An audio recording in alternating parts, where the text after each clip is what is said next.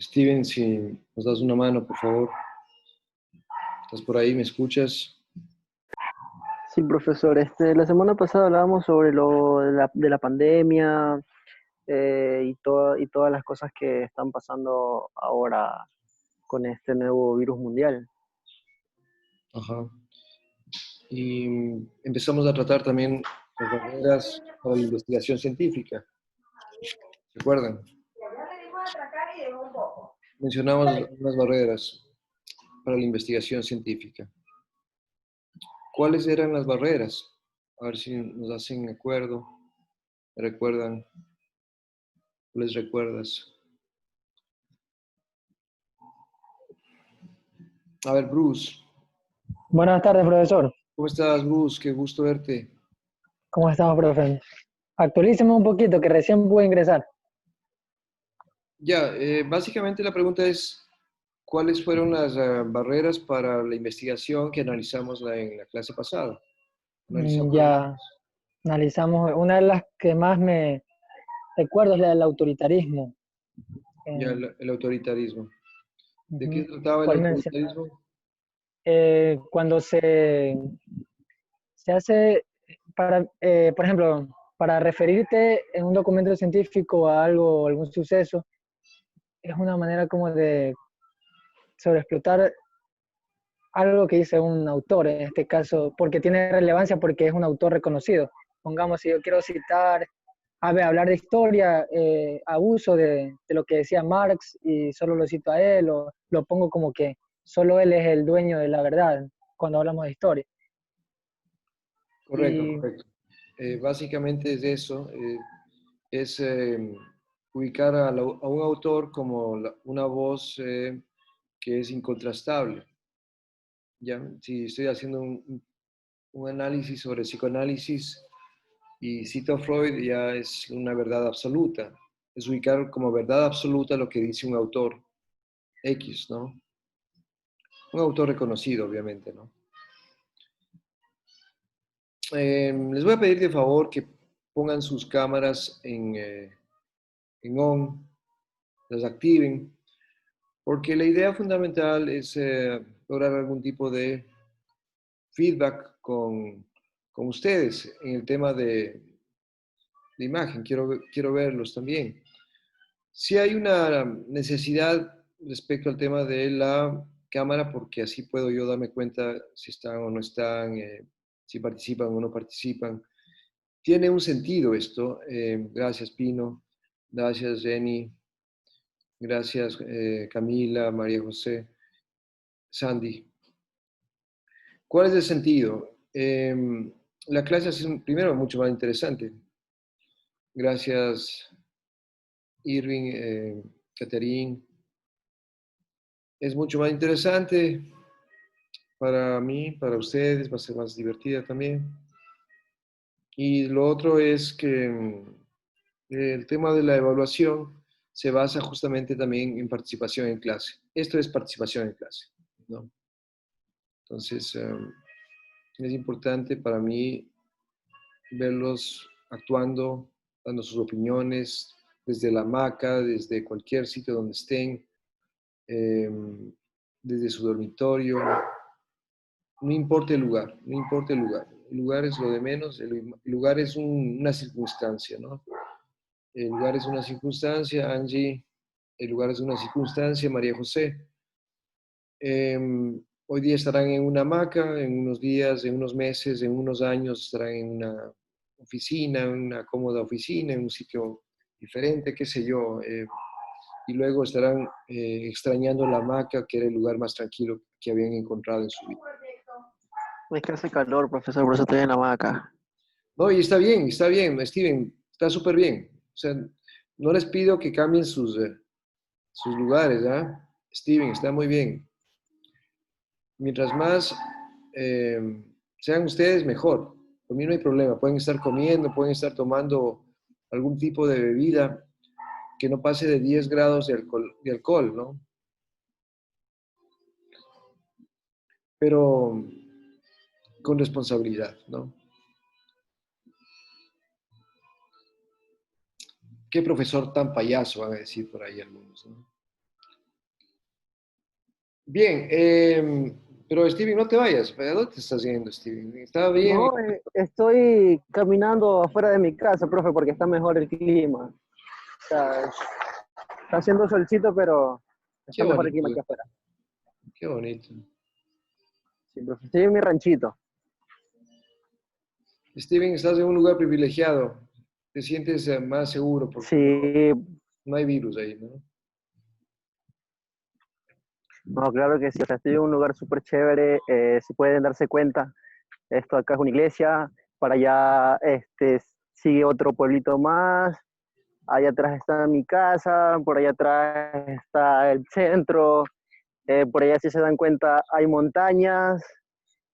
Por allá, donde estoy señalando, hacia allá hay una especie de cascada y todas esas cosas. O sea, estoy en un lugar súper chévere. Me gusta mi ranchito, como dicen todos los de la ciudad. No, y además te envidiamos, Steven. Perdón, sí, Steven. Sabes que las chicas están, y hay algunas chicas que me han dicho que queremos visitarte, que quieren visitarte, ¿no? Ya no, pues cuando se pase todo esto, pues ahí organizaremos algún viajecito Se te está yendo el internet, me parece, Steven. y pues los traeré a conocer mi Cali. No, estoy cerquita de mi casa, o sea, el internet no se me va aquí. Ya, perfecto, Steven. Em, Aitara, ¿dónde estás tú, Aitara? Cuéntanos un poquito tu espacio ahorita.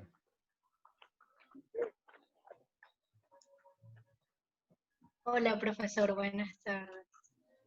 Estoy en mi casa, en mi sala. Ya. Bueno, aunque puede resultar un poco pesado porque ya he escuchado en noticias, pero bueno, el tema del virus siempre todavía el virus sigue siendo una incógnita, así que no se relajen mucho, no se confíen, todavía no sabemos exactamente cifras de Manabí, entonces es mejor todavía mantener la calma y no salir en la medida de lo posible. Y si salen, salgan con su mascarilla, obviamente con alcohol y, bueno, y esas son las claves, ¿no? Evitar multitudes, ¿no?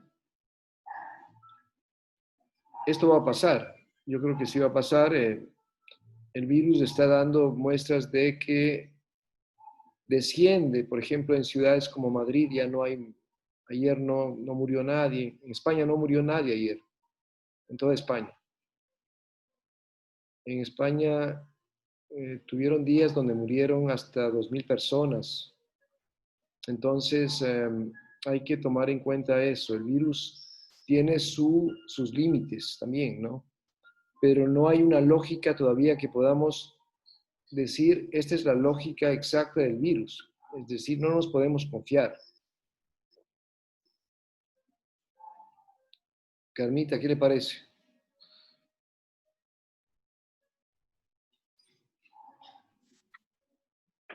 Como le puedo decir, profesor, yo creo que cada persona tiene su perspectiva de esto, de lo que es la pandemia.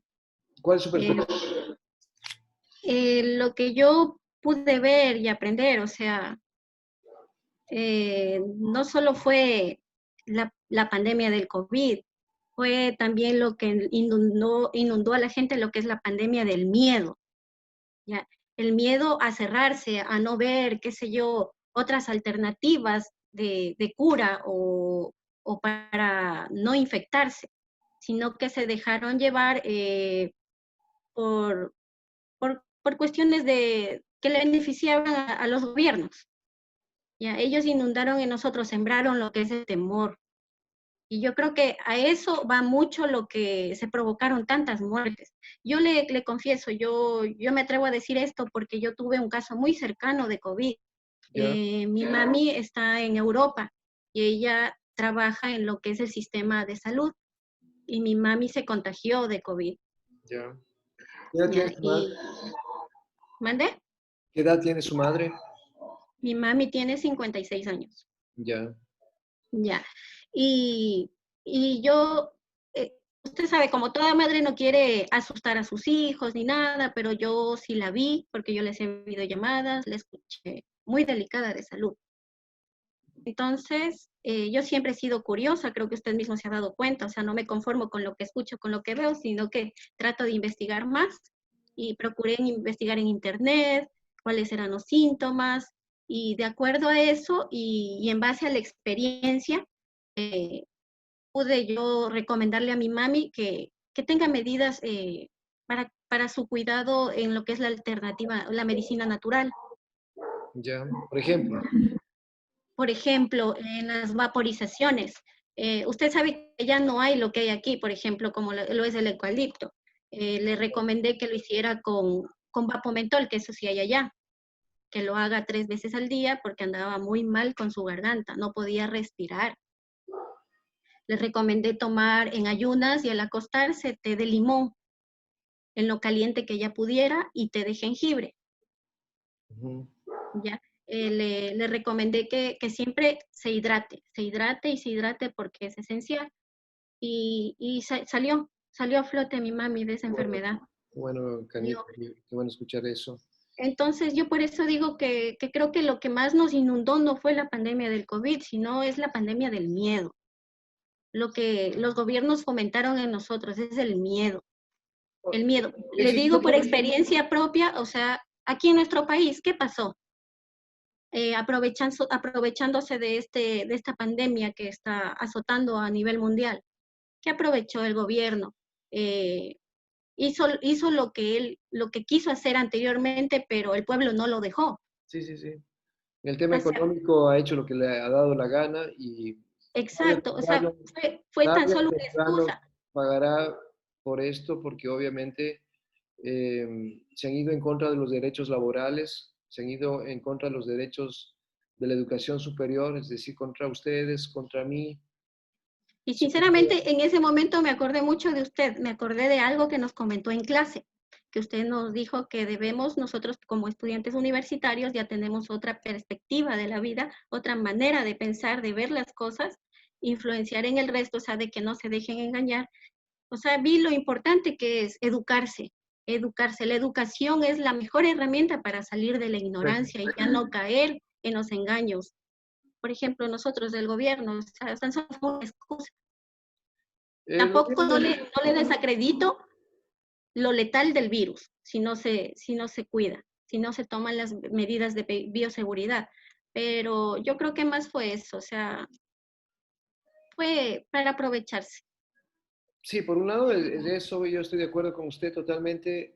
Por otro lado, sí creo que el virus tiene su nivel Sí, de letalidad elevado, porque es más fuerte que una gripe, obviamente, ¿no? Ya hay casi 6 millones de muertos, perdón, 6 millones de contagiados y estamos llegando a los 350.000 muertos. Es decir, sí existe una virulencia, es un virus todavía que no hemos logrado controlar o ubicar exactamente cómo actúa. Am, ya sobre conocemos, todo, sobre todo hay esa incertidumbre, como yo digo, o sea, me encantaría saber cuál es el actuar de este virus, cómo en verdad se manifiesta, cuáles en verdad sus síntomas, porque muchos escuchamos, qué sé yo, que aquí dicen una cosa, que en Italia nos dicen otra cosa, o sea, tratan de, o sea, por lo menos a mí me confunden, o sea, me confunden, sí, sí, pero totalmente. como yo le digo, o sea, bajo experiencia propia, porque ya nos sucedió en la familia, o sea, el remedio natural fue esencial, fue lo mejor. O sea, jengibre, vaporizaciones de Big Vaporub y algo más. Ah, hidratarse, me dijo, ¿no? Y té de limón, sí. Y sobre todo, ¿sabe qué? ¿Qué fue en lo que yo trabajé con mi mami? Ahí creo que puse en práctica lo que es mi carrera, porque el estado emocional de la persona juega un papel muy importante. Claro. Claro. Muy importante, profesor. Yo por eso, yo trabajé en mi mami en que le dije que se olvidara que era ese COVID. Le digo, mami, hazle cuenta que es una gripe, estás con una gripe muy fuerte. No tienes que desanimarte, no tienes que asustarte, porque vamos a salir de esto. O sea, yo trabajaba todos los días, la llamaba todos los días a incentivarla a que esté ¿Sabe qué optimista. debería hacer, permita? Debería usted escribir una especie como de diario de lo que hizo, porque esto le puede servir para una tesis a usted, e incluso para publicar un libro, porque usted, su experiencia es muy interesante. Me parece conmovedora su tesis, su experiencia. Usted siempre ha sido una líder. Qué bonito escuchar lo que me cuenta. Sí, qué bien, qué fuerte también. Bueno, yo les cuento que un buen amigo mío, guayaquileño, bueno, no, de Quito, que vive en Guayaquil, les había hecho un examen de COVID a sus hijas, a su esposa y a la señora que trabaja con ellos. Y la chica que trabaja, bueno, no es una chica, es una señora ya de 57, 58 años y que tiene diabetes, dio positivo. Entonces un poco se alarmó y le hizo enseguida el PCR, que es se supone ya el examen más importante. En ese examen, esta señora dio como que 2 meses antes había ya generado los anticuerpos, es decir, había batallado con el virus y lo había vencido. Es decir, una señora de 58 años. No sintió o sea, no hubo síntomas, ella no sintió nada. Entonces, es como para ver que el virus tiene, a veces uno no entiende mucho, ¿no? No se entiende, por ejemplo, esto de lo que eh, me contaron, pero que yo creo que debe ser real. El testimonio de la compañera Carmen es también excelente testimonio, pero habla también de que el virus tiene sus límites y que obviamente también el factor psicológico es fundamental, el factor psicológico, la mente. Yo lo que sí estoy seguro es que el virus no se transmite por tocar un objeto, no está en el aire, no está en el aire, ¿ya? Yo vivo al lado del caso cero, aquí estuvo el caso cero, la primera persona que se contagió en Manta y que ya murió, que llegó de España contagiado, un señor de mucho dinero, se contagió, tiene aquí un búnker prácticamente, se contagió y lo llevaron creo que a Puerto Viejo, estuvo ya entubado y después falleció. Era una persona que llevaba una vida relativamente desorganizada, de 57 años y no pudo resistir el COVID, ¿no? O la COVID. Pero el punto es que aquí en este barrio, como él hizo una fiesta cuando llegó, había llegado y todavía no sentía el síntomas, había contagiado a algunas personas y algunos incluso se contagiaron, ¿no? Entonces, el punto es, claro, en este barrio nos podíamos haber contagiado todos, digámoslo así, si fuera por aire, ¿no? Si fuera un virus aéreo, pero no es así, pues no es un virus aéreo. Lo que sí es real es que si nos ponemos cerca de una persona con COVID, nos puede contagiar. Eso sí es totalmente real, está comprobado científicamente, en eso sí no hay juego. Es indispensable el uso de mascarilla, eso sí no hay juego, el uso de la mascarilla si es que vamos a estar en contacto con otras personas, ¿no? No sé, Irving, alguna pregunta.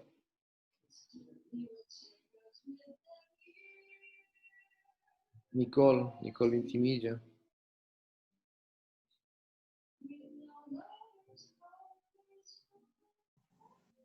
Hola, profe, buenas tardes. Le escucho, Nicole.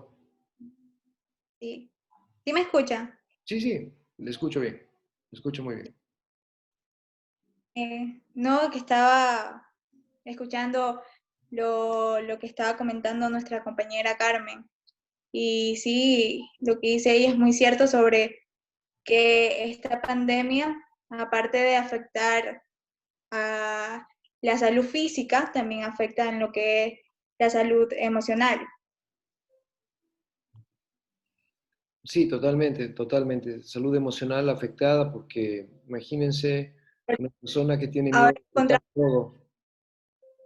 Sí, siga, por favor. ahora hay muchas personas que se encuentran decaídas, incluso las personas más vulnerables, que en estos casos son las personas mayores,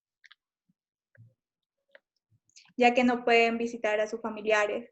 Y lo social es muy importante para el bienestar mental del ser humano. Ustedes saben que hay dos síntomas de algún tipo de trastorno, de alguna psicopatología, ¿no? Hay dos síntomas que son claros. Uno es la falta de sueño y el otro es el distanciamiento social. Es decir, en este momento, por el tema COVID, estaríamos todos con algún tipo de psicopatología, porque estamos distanciados, no nos acercamos a nadie. Interesante, ¿no? Pero por eso justamente la actitud es clave y por eso lo que ha dicho la compañera Carmen es fundamental. Necesitamos una actitud diferente, necesitamos estar más tranquilos, sin miedo, eh, dejar un poco esos fantasmas de que, bueno, tocas algo y ya te contagias. Sí es importante lavarse las manos la mayor cantidad de veces posibles, pero no hace falta andar con guantes o estar todo el tiempo con mascarillas. La mascarilla es solamente cuando estás en un sitio donde hay gente. Y, y básicamente eso, ¿no? Y lo otro, intentar hacer una vida relativamente normal, ¿no? Ustedes en este caso tienen los estudios, que es una buena fuente para salud mental.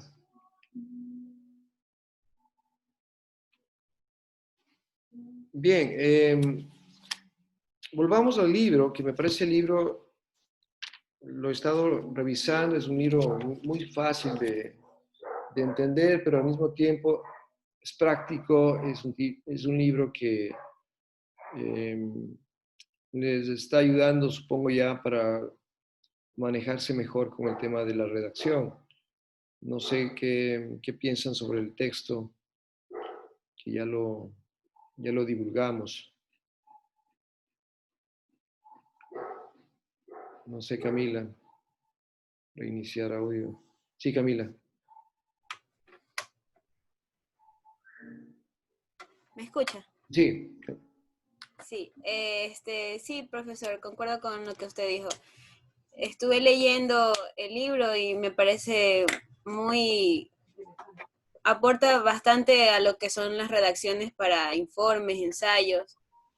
Y estaba leyendo también que en cada nivel educativo de las escuelas, siguiendo con el colegio, tienen como su estructura para poder redactar ensayos también. O sea, tienen ciertos estándares para poder redactarlo. Bueno, yo conversé con Raúl Vallejo, que es el autor, y recién nomás, hace unos días, por teléfono, y le pregunté nuevamente este tema de que, ¿y tú crees que el libro para estudiantes de quinto nivel está bien? Quinto nivel de la universidad. Me dijo, es perfecto todavía, funciona bien, porque él lo escribió, me parece, cuando era rector del colegio Albert Einstein en Quito, que es un colegio bastante exigente. Tiene bachillerato internacional. Entonces, el libro está pensado por eso. está bien pensado en ese sentido. Después él se vinculó a la Universidad Andina y por eso también tiene mucho sentido lo que él ha escrito, ¿no? Tiene mucho sentido académico. Bueno, las barreras para la investigación, a ver si me pueden, María José Arteaga, me hablas un poquito de las barreras para la investigación. Profesor, buenas tardes. ¿Sí me escucha? Sí, te escucho, María José. Yo el libro que mandaron al grupo, la verdad que no lo he leído porque no entiendo, o sea, no alcanzo a ver. Pero el libro lo estoy consiguiendo y espero que hasta más tarde mañana ya lo tenga. Si no es mañana, es más luego. Pero creo que mañana yo ya lo voy a tener aquí en mi casa. Ok. Prefiero el físico porque en leerlo en el celular, la verdad que no Sí, sí te puedo entender. Jenny Hurtado, a ver. entiendo.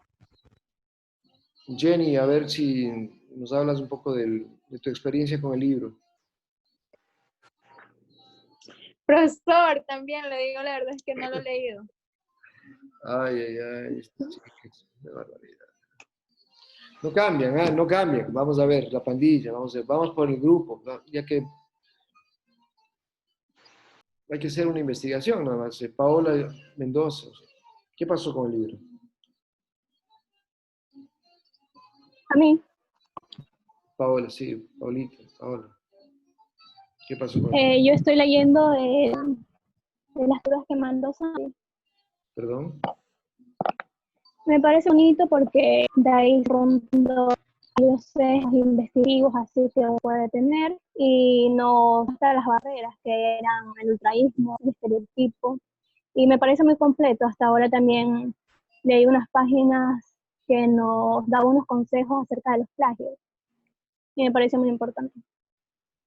Porque habían algunas cosas que yo no entendía que eran plagios, como por ejemplo, ¿sí me escuchan? Perfecto, me escucho perfecto. Ahí habían algunas cosas que no entendía, como por ejemplo, era plagio cuando presentaban una tarea, así fuera de la misma persona escrita, se la presentará a un profesor y luego se la presentará a otro profesor. Entonces también son formas de plagio que no es tanto como copiarle a otra persona, sino plagio hacia sí mismo. Y son algunas de las partes que me ha llamado mucho la atención. Sí, eso es algo de lo que vamos a hablar hoy día, justamente. Sí. Plagio hacia uno mismo. Bueno, vamos a recapitular rápidamente. Teníamos etnocentrismo, que era Bruce, el etnocentrismo. ¿Qué tal? Es cuando las culturas o el aprendizaje de alguna cultura, en este caso perteneciente a nosotros, al momento de investigar las resaltamos. Por ejemplo, pues, puede ser con el patriotismo. Si yo hago un ensayo sobre la guerra entre Ecuador y Perú y yo resalto que nosotros tuvimos, no sé, resaltando nuestro país, eso es como una forma es etnocentrismo, o sea, poner en primer lugar algo con lo que nos identifiquemos, en este caso es el patriotismo con el país. A ver, Lucía Veiga, hábleme un poco de etnocentrismo, por favor, Lucía. Buenas tardes. Buenas tardes, profe, ¿cómo está? Yo, bueno, lo que especifica en el libro el tema de lo que es el etnocentrismo es como centrarnos en una idea, no siendo aún propia de nosotros, pero que sí todos se manejen sobre el mismo margen. Por ejemplo, que en un lugar se comporten de una cierta manera o realicen algo, las demás personas deberían encajar en ciertas normas para poder pertenecer o considerarse como personas cultas o normales. Dentro de esa parte, el etnocentrismo es como generalizar una idea y que todos deban de adaptarse a esa manera para que todo esté como que normalmente. Bueno, eso es lo que yo entendí. Correcto, bastante bien. Perdón, le voy a hacer caso a Carmen, por favor. Voy a tomar un poco de agua porque tiene mucho sentido lo que dijo Carmen.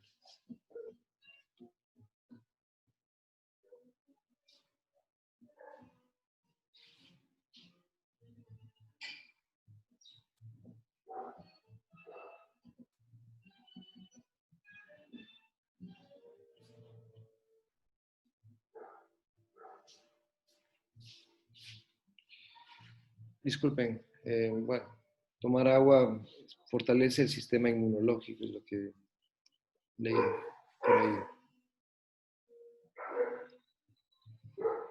Efectivamente, etnocentrismo está muy vinculado al estereotipo. Recuerden que el estereotipo es lo que permite que se den tantas formas de violencia como las que estamos viviendo ahora en Estados Unidos, como las que hemos vivido en Ecuador, porque en Ecuador también ha existido mucho racismo.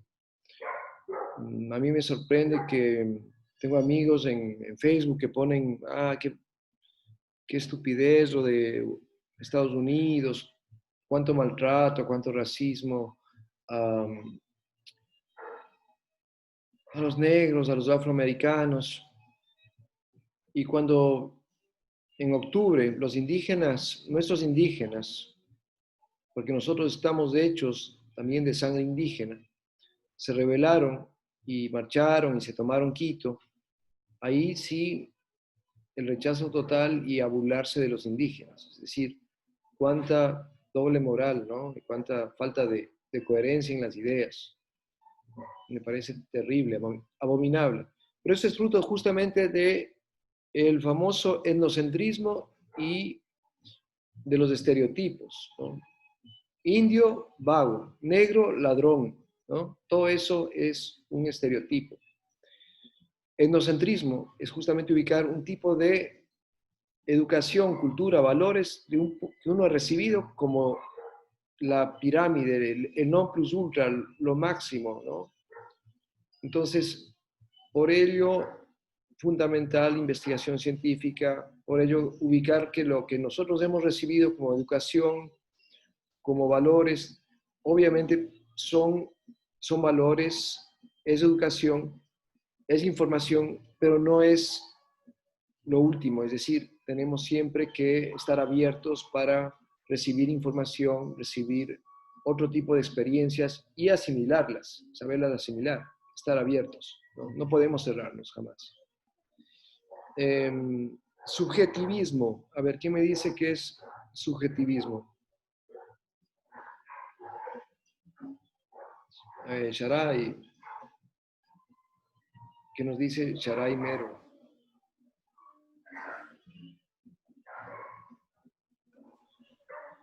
Hola, profesor. Hola, Sharai, ¿cómo está? Saludos a la tía Nena, como siempre, ¿eh? Gracias, profesor, igualmente. Bueno, el subjetivismo consiste en juzgar los hechos observados tomando como base la afectividad, favorable o adversa, que en una persona, un grupo o un hecho despierte en nosotros, dejando a un lado las razones de nuestro juicio respecto a estos. Es decir, dejarnos llevar por las emociones. Ajá. Trabajar sobre la base de emociones y no trabajar sobre la base de razones, no razonar, simplemente dejarse llevar por lo que uno siente. Por escribir exactamente lo que uno siente y ya, redactar sobre la base de eso, investigar sobre la base de nuestras emociones, nuestra empatía, nuestra antipatía. Autoritarismo, ya habíamos mencionado el tema de ubicar a un autor como el pináculo, ¿no? Impresionismo, ¿qué era el impresionismo?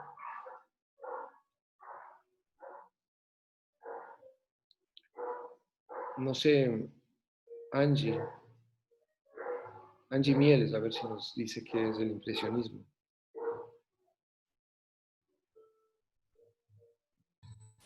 Buenas tardes con todos.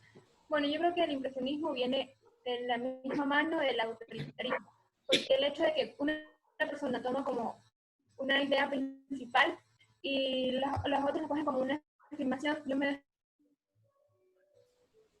creo que van de la mano de esas cosas. No sé si me escuchan. No, le escucho, Angie. O sea, usted dice que... ¿Sí me escuchan? ¿Le escuchan a Angie?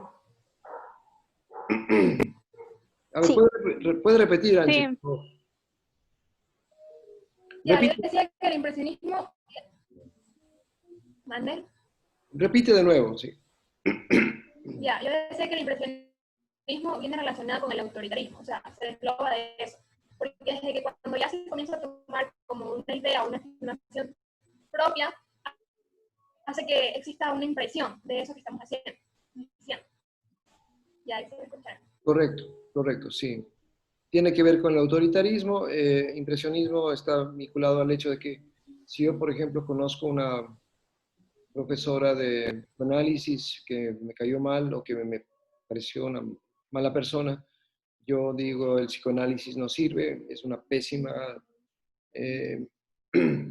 ciencia o es una pésima escuela psicológica. Ya, eso es impresionismo, ¿no? O sea, perdón, déjame un silencio el celular. Bien, teníamos, nos quedaba dogmatismo, ¿sí? El dogmatismo. ¿Qué era el dogmatismo?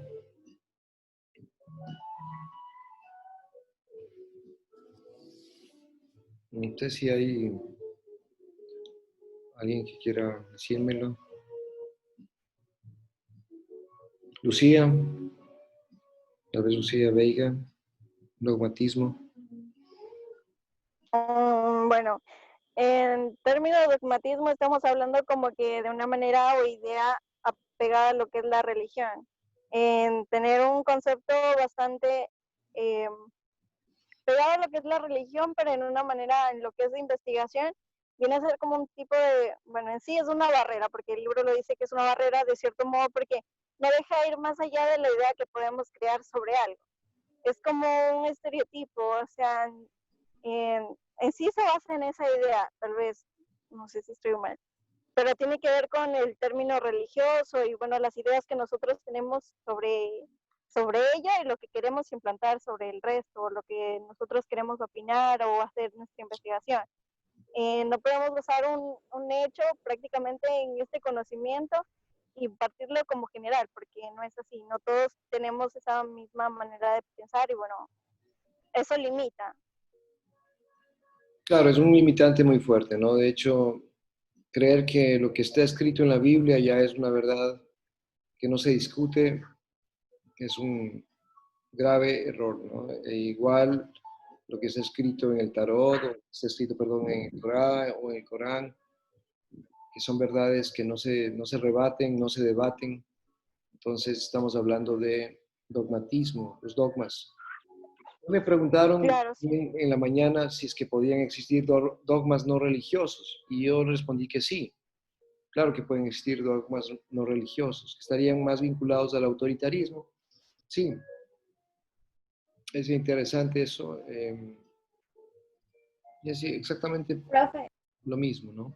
sería también como la actitud que toma una persona cuando se ve como que quieren interponer sus conocimientos o lo que creen, es la actitud que toma hacia esos conocimientos que tiene. O sea, aparte de la religión, pues, de la cultura, en sí, en todo. Es la actitud que toma frente a los comentarios o la actitud negativa que se representa hacia ellos. Sí, correcto, correcto. A ver, usted, Angie, habló del tema del autoritarismo. ¿Cómo lo relacionaría con el dogmatismo?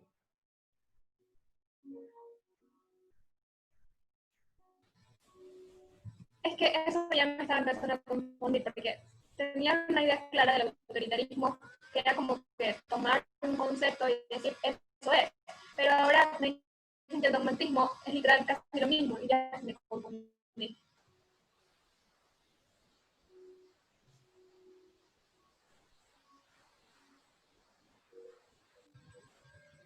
Ya, va por ahí, es lo que usted ha dicho. No sé si Sandy nos aporta con algo más. Sandy, buenas Sí se tardes. escucha, Chef. Buenas tardes. Por ejemplo, podría ser que en el autoritarismo si una persona va en contra de lo que alguien ha dicho, posiblemente hasta te maten, ¿no? Por querer cambiar eso que ya te ha impuesto, que ha dicho alguien de suma importancia. Pero en lo que es el dogmatismo, yo creo que considero, ¿no? Que ahí uno mismo toma, toma eso como que si fuera la verdad absoluta. Y a veces uno no cuestiona porque uno cree que es así. O sea, me hago entender. O sea, si tú dices algo malo de eso, te pueden hasta matar, pero en la otra tú mismo estás aceptando que es verdad sin que alguien te lastime o algo así. Bueno, claro, el dogma es algo que se vuelve totalmente mecánico, automático. Ya un dogmático ni siquiera está procesando ideas, está simplemente ya piensa así, porque obviamente está ahí en la Biblia, no tiene que estar ni siquiera razonando. Irving, creo que levantó la mano, Irving Catagua. ¿Sí? ¿Fue Irving o Ivana? Irving, ¿no?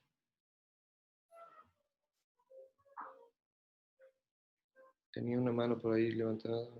Reacciones. A ver.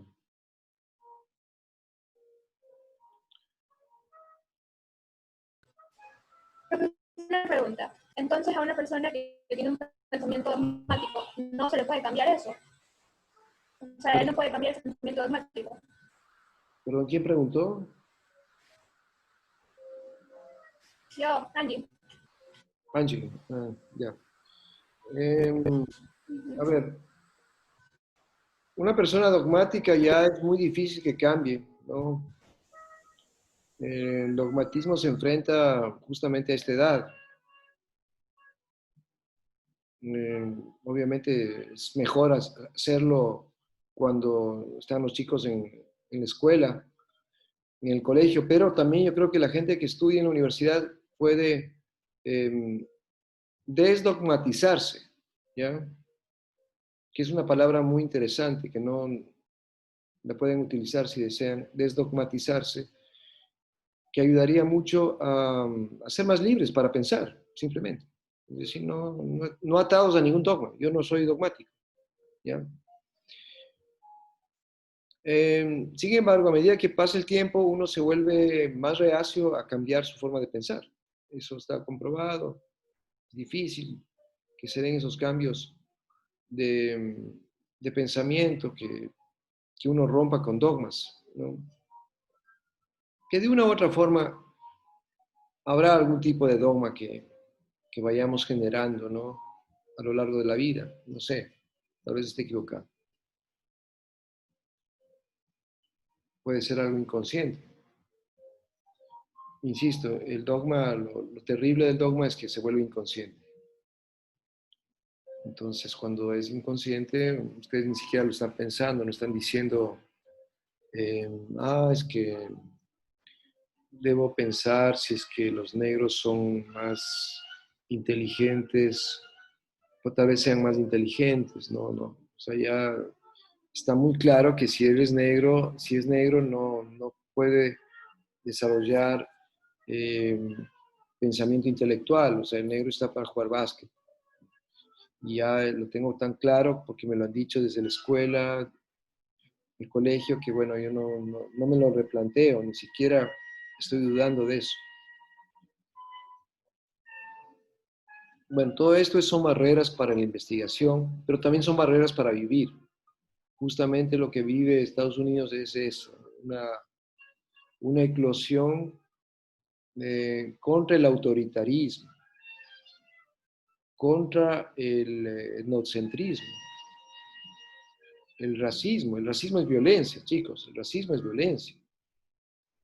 Entonces, ¿por qué ahora los policías de Miami están arrodillándose ante los manifestantes? No sé si han visto esas escenas.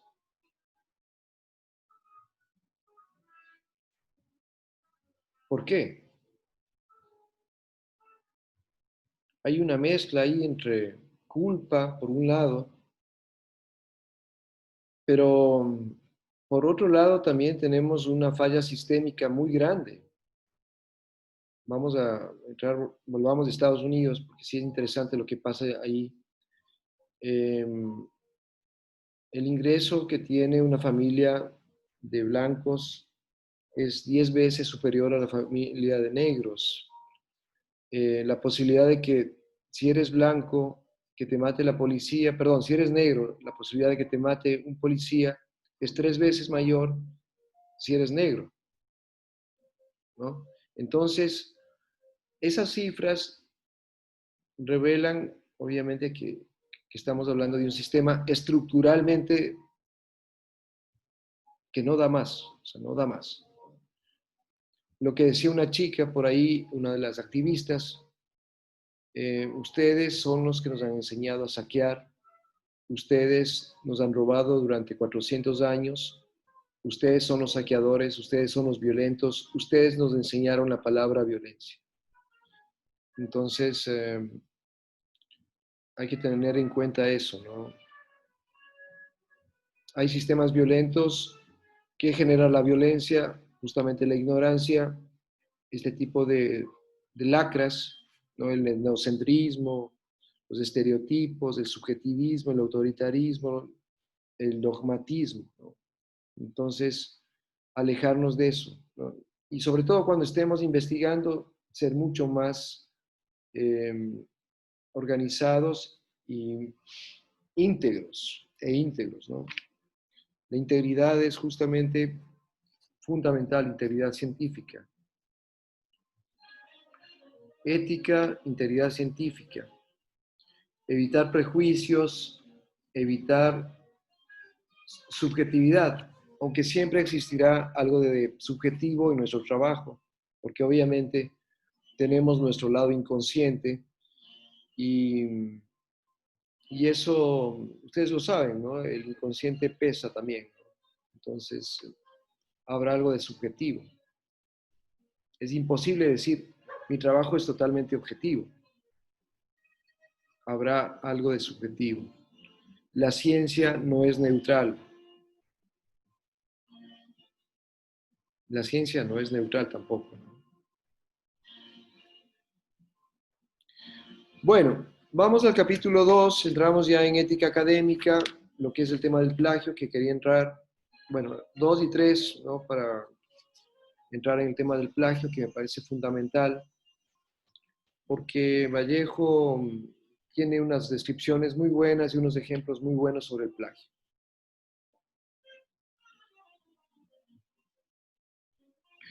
El concepto de plagio es la presentación como propios a objeto de evaluación. Tomen en cuenta eso. A objeto de evaluación, dice.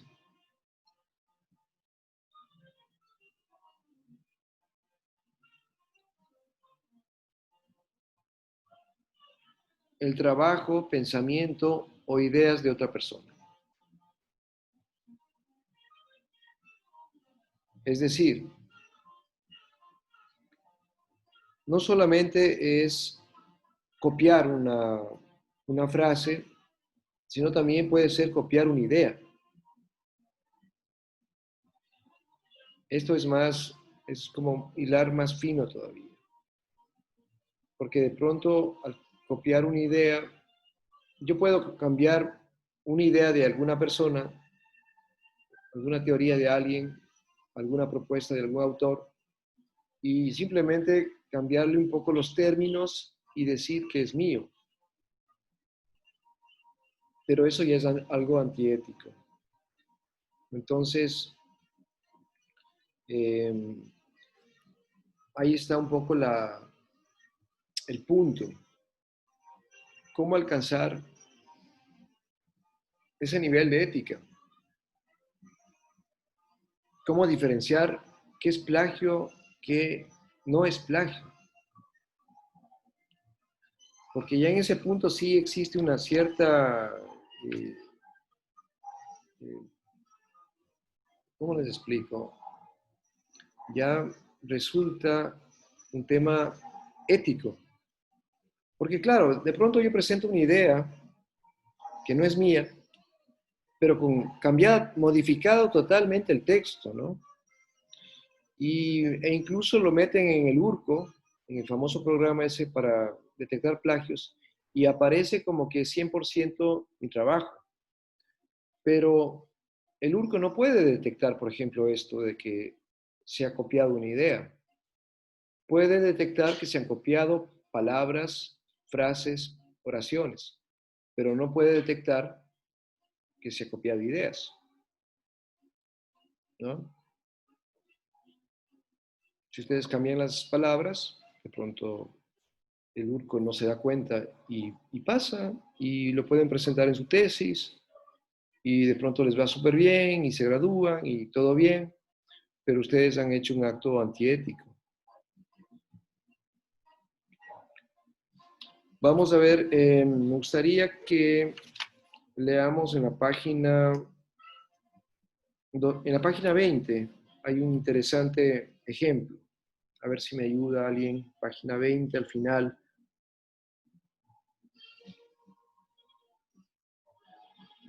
A ver, Bruce, si nos ayudas con la lectura. ¿Quién está con el libro en este momento? Sandy, ¿tú tienes el libro ahí? Sí. Ya. Por favor, lee en la página 20 al final. Dice, analicemos 2 ejemplos más de plagio. Sí, dice la fuente. Siguiente, dice la fuente. Ya. Dice, un testimonio es una narración, usualmente, pero no obligatoriamente del tamaño de una novela, o una novela corta, contada en primera persona gramatical por un narrador, que es a la vez el protagonista o el testigo de su propio relato.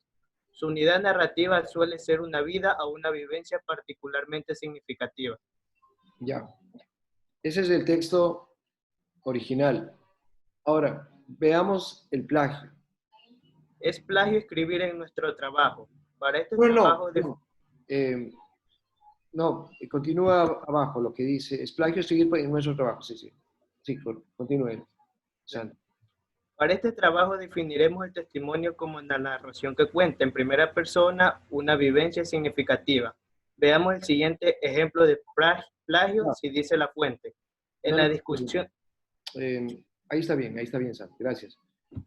A ver, el ejemplo es bastante como decidor, porque, claro, el autor original dice, un testimonio es una narración, usualmente, pero no obligatoriamente, del tamaño de una novela o una novela corta contada en primera persona gramatical por un narrador que es a la vez el protagonista o el testigo de su propio relato. Su unidad narrativa suele ser una vida o una vivencia particularmente significativa. El plagio que se ha hecho acá es, para este trabajo definiremos el testimonio como la narración que cuenta en primera persona una vivencia significativa. Es decir, ¿qué ha hecho el plagiador? ¿Cómo ha trabajado el plagiador? Es un plagiador inteligente.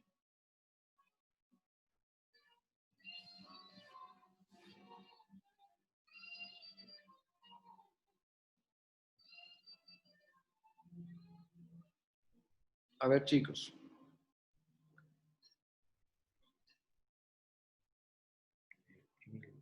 Ahorita estoy en la clase. Espérenme. Sí.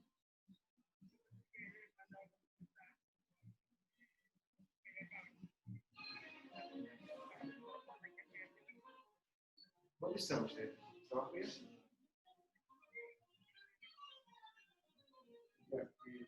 Cuando lleguen,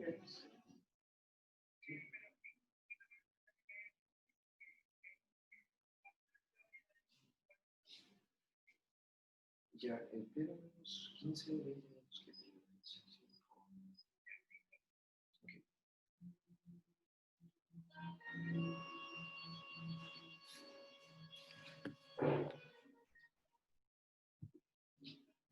Chicos, disculpen, estaba...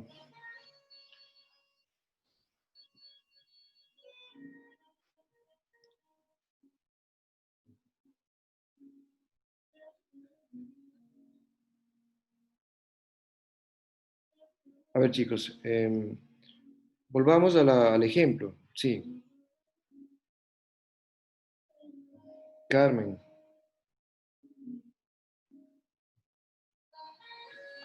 Dígame, profesor. En el ejemplo, ¿sí? es un ejemplo muy sutil el plagio. ¿Cómo lo ubica usted?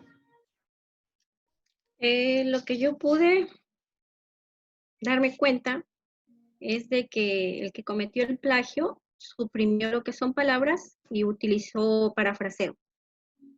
Utilizó un parafraseo, pero obviamente no mencionó al autor y solamente tomó las ideas más significativas, porque toma la idea, digamos, nuclear, ¿no? Sí. La idea nuclear es, obviamente, describir al testimonio como una narración de una vivencia particularmente significativa. O sea, le hizo el párrafo de una forma más concreta, se podría decir.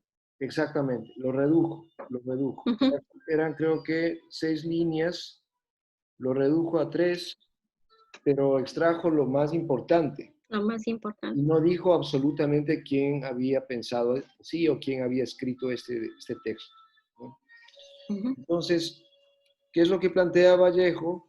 Vallejo dice que se debió utilizar paráfrasis, ¿no? Es decir, mencionar al autor. Por ejemplo, en el caso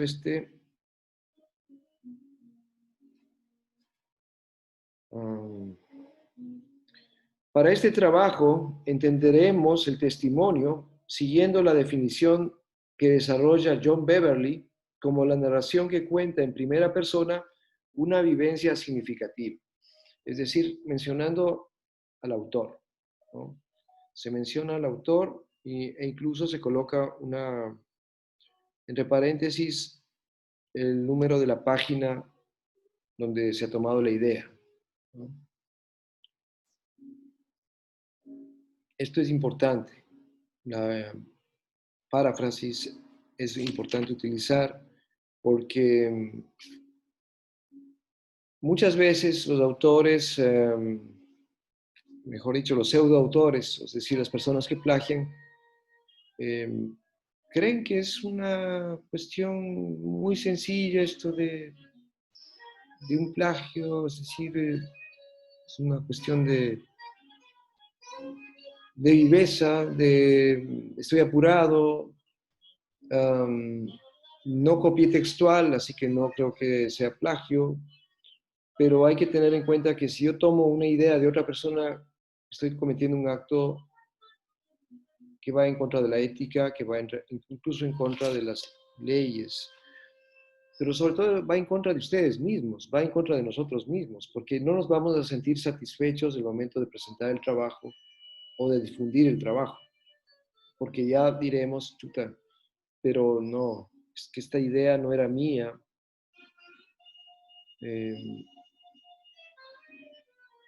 ¿Se entiende? Ahora, por ejemplo, si yo estoy conversando con ustedes y Bruce me da respecto al tema del racismo, a lo que pasa en Estados Unidos, me da una interpretación muy interesante y yo tomo la interpretación que me da Bruce y la subo a un artículo. O sea, Bruce me lo ha contado, o sea, hemos estado conversando y yo digo, qué brillante esta idea, tecleo, saco un artículo, publico el artículo. ¿Es ético o es antiético? ¿Qué sería? Si no existe el consentimiento de la persona que dio la idea, es antiético, totalmente, ¿no? Antiético. Claro, es antiético si es que no se lo digo, por lo menos a Bruce le digo, oye Bruce, voy a tomar tu idea, hermano. Y si me dice, claro, o si menciono, conversando con un amigo, me mencionaba o pensaba o llegábamos a este tipo de reflexión o lográbamos, bueno, comprendíamos esto de esta manera, pero claro, hace falta también ese tipo de ética que trasciende lo textual, ¿no? Porque nosotros tenemos que entender que el plagio no solamente es copiar textos o palabras, sino es copiar ideas, ¿no?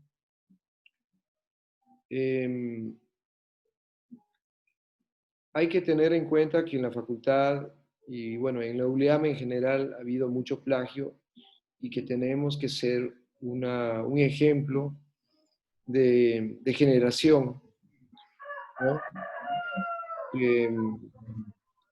Que se motive por otro tipo de objetivos. Por ejemplo, sacar una tesis sin plagio o sin copiar ideas, me parece realmente algo con lo que uno puede sentirse orgulloso, salir, decir, lo hice yo, lo hice yo, con mi investigación, eh, trabajando académicamente, y claro, lo puedes decir, lo hice yo. Si tú usas plagio o has caído en el plagio o has copiado alguna idea, que es algo todavía más sutil, no te vas a sentir tranquilo, vas a sentir un sabor agridulce, medio como de conseguí mi título, pero sí, no he sido yo, o he sido una parte, han sido algunas ideas mías. Entonces, va por ahí, creo yo, ¿no? No sé, Carmen, ¿qué opina usted?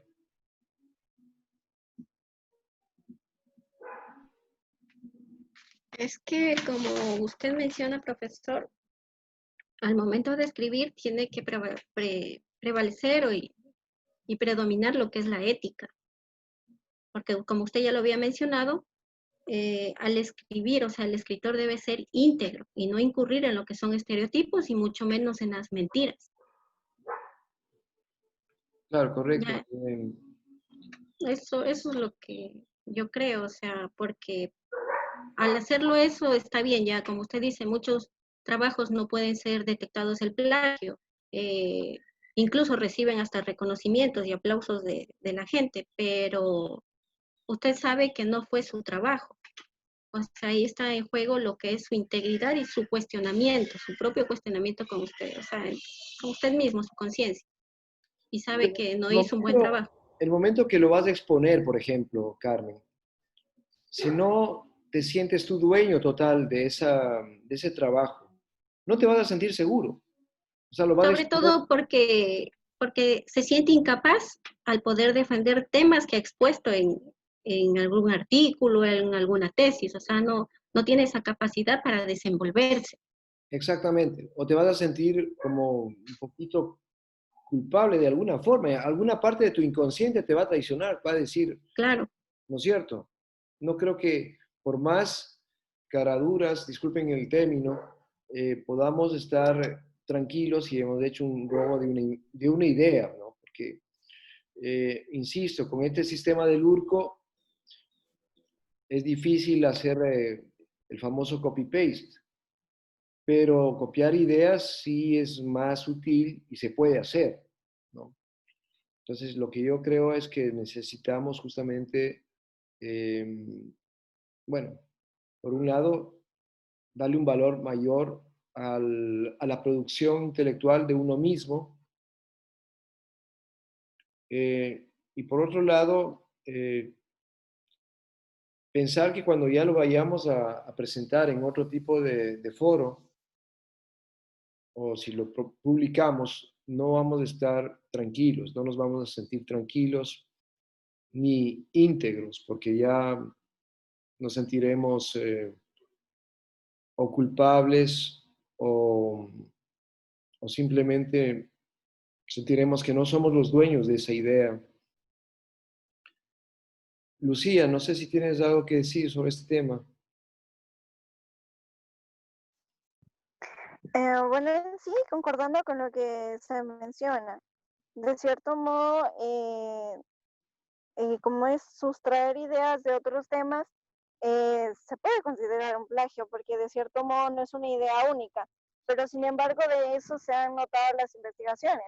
Obviamente sacan de temas que ya han sido publicados y vuelven a hacer una investigación. ¿Pero por qué? Porque el contenido de esa investigación no está del todo claro.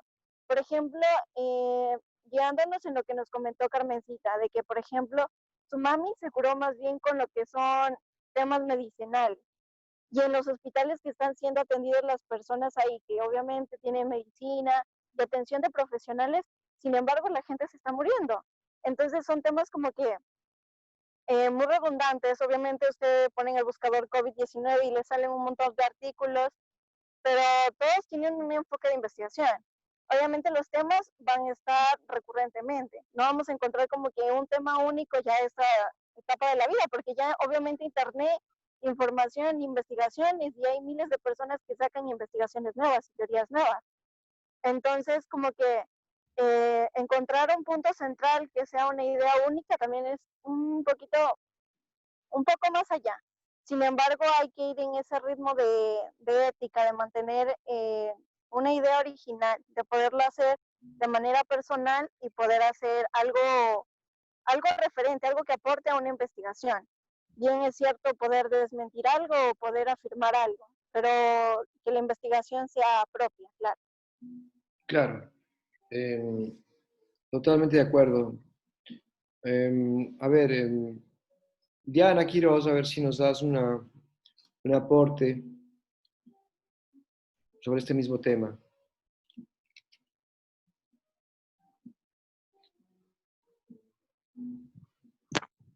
Buenas tardes, profesor. Concuerdo con lo que dicen mis compañeras. No sería algo ético hacer un plagio. Yo una vez lo hice y bueno, quedé mal en frente de todos mis compañeros y realmente es algo que no muchos seres humanos no prestamos atención a eso y siempre nos vamos por el camino más fácil y no nos podemos esforzar un poquito más o tomar las medidas adecuadas. No, y me parece súper bien que lo hayas reconocido y lo digas en público, me parece muy, muy valiente. Felicito, Diana. Lo importante es que está claro que nunca lo volverás a hacer. Y eso es la clave. Que ustedes tengan una ética académica muy fuerte, muy sólida, como para no cometer ese tipo de vicio que es el plagio, es un vicio académico, un vicio científico, que además está castigado por la ley, no solamente a nivel académico, sino a nivel de otro tipo de leyes más, que pueden ser más graves, ¿no? Bien, está claro que hay varias formas de citar las ideas o de documentar lo que uno ha pedido prestado, las citas, las paráfrasis y también el tema de decir, bueno, esta idea que la planteó, que la recogí de una conversación con mi amigo Bruce en tal día, puedo citar, ¿no? Digamos que no tengo acceso a hablar con Bruce, pero puedo citar, si es que voy a escribir algo y decir, bueno, un día conversé con un amigo que se llama Bruce y sobre este tema y llegábamos a esta conclusión. Pero estoy haciendo un reconocimiento al esfuerzo de construcción de una idea, ¿no? De construcción de pronto de una solución respecto a un tema, al esfuerzo analítico y de síntesis. Hago una especie como de reconocimiento al trabajo intelectual, porque en definitiva estuvimos analizando algo y llegamos a una conclusión. No llegué solo, sino que llegué con, digamos, un amigo, en este caso Bruce. Estoy poniendo un ejemplo aleatorio, podría ser con cualquiera de ustedes. Por ejemplo, hoy día resalto mucho lo aprendido gracias a Carmen. La experiencia de Carmen me parece una experiencia muy, muy importante. Supera todo lo que hemos hablado y nuevamente gracias por lo que nos has compartido, Carmen. Bien, chicos, ¿Cómo van con la redacción del ensayo, del primer ensayo que están haciendo?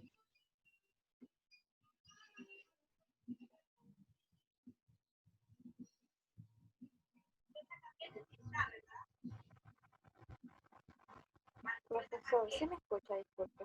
Jocelyn, a ver. Respecto al ensayo, tengo una duda. Lo Sí. que pasa es que en cuanto a la estructura, no, creo que algunos no estamos claros.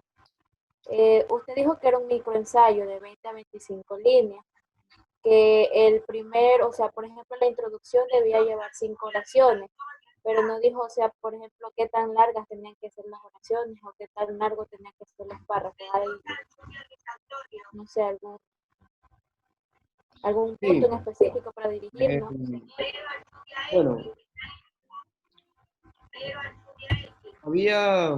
había planteado al inicio eso y creo que es buena la pregunta porque dada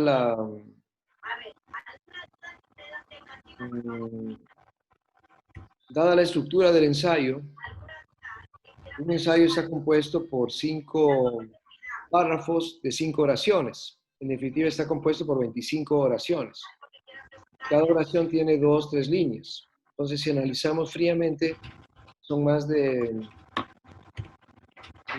500 palabras, lo que había planteado el ensayo.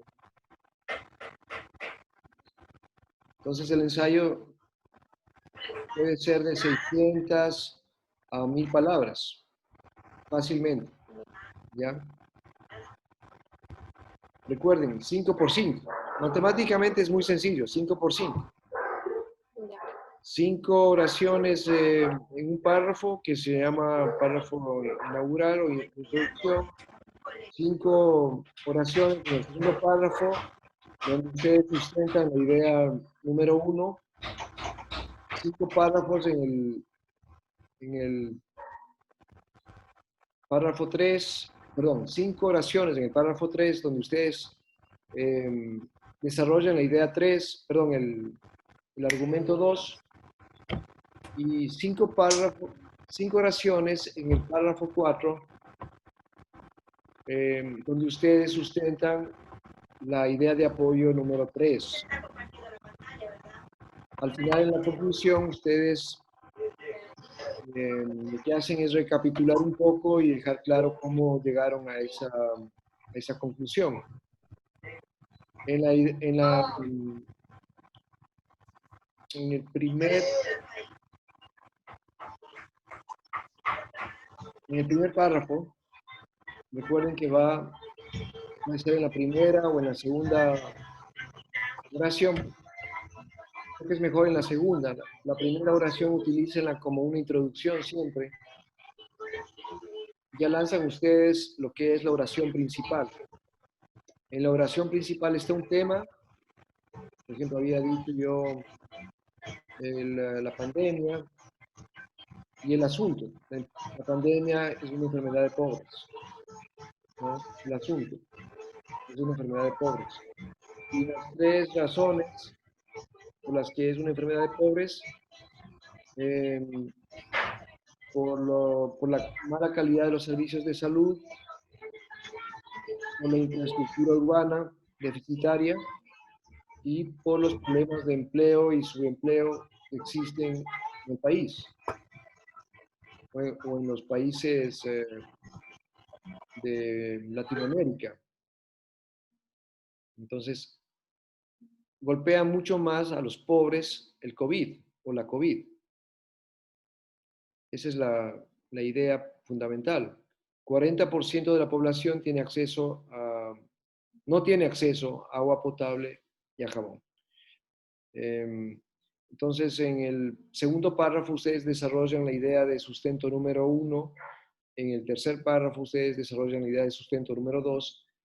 En el cuarto párrafo desarrollan la idea de sustento número 3. Y en el quinto párrafo, igual otras 5 oraciones, ustedes cierran todo, ¿no? Básicamente esa es la estructura. No sé si te dejo claro, Jocelyn. Son 5 oraciones. Sí, ahí está más claro, profesor, gracias. Aún hay fecha de entrega, disculpe. Perdón. Fecha, no hay fecha de entrega. Todavía no. Ya, vamos a poner una fecha porque obviamente ya con ustedes ya arrancamos el curso, la primera clase oficial, entonces lo vamos a dejar para la próxima semana, el próximo lunes. ¿Ya? Voy a subir al aula virtual, ya le voy a poner como un máximo de 1000 palabras, de 600 a 1000 palabras. ¿Está bien? Ahora el tema, no sé si ustedes quieren que sea solamente de el tema de la pandemia, podemos usar otro tema.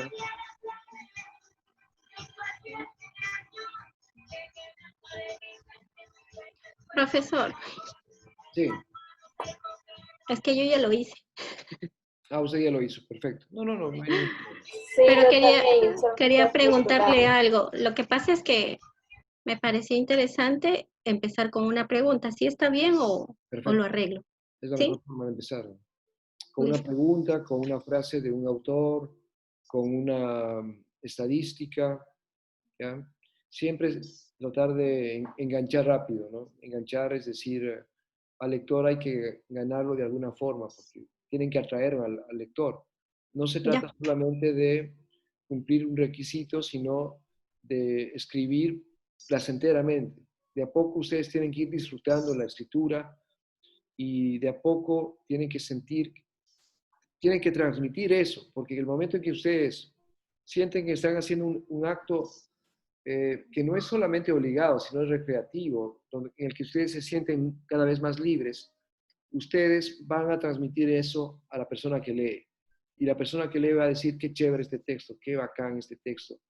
Este man escribe súper bien, qué buen texto, me gustó, qué bien puesto, qué bien desarrollado, qué brillante este man o esta chica o esta señora. Es decir, la idea un poco va por ahí. Ustedes tienen que sentir amor por lo que hacen, ¿ya? Apasionarse por lo que hacen, ¿correcto? Bien, chicos, creo que por hoy es suficiente. ¿Alguna pregunta más? No, profesor, queda todo claro. Pues ha sido un placer. Muchas gracias. Siempre disfruto mucho encontrarme con ustedes, no importa el medio. Adiós. Cuídense mucho. Creo.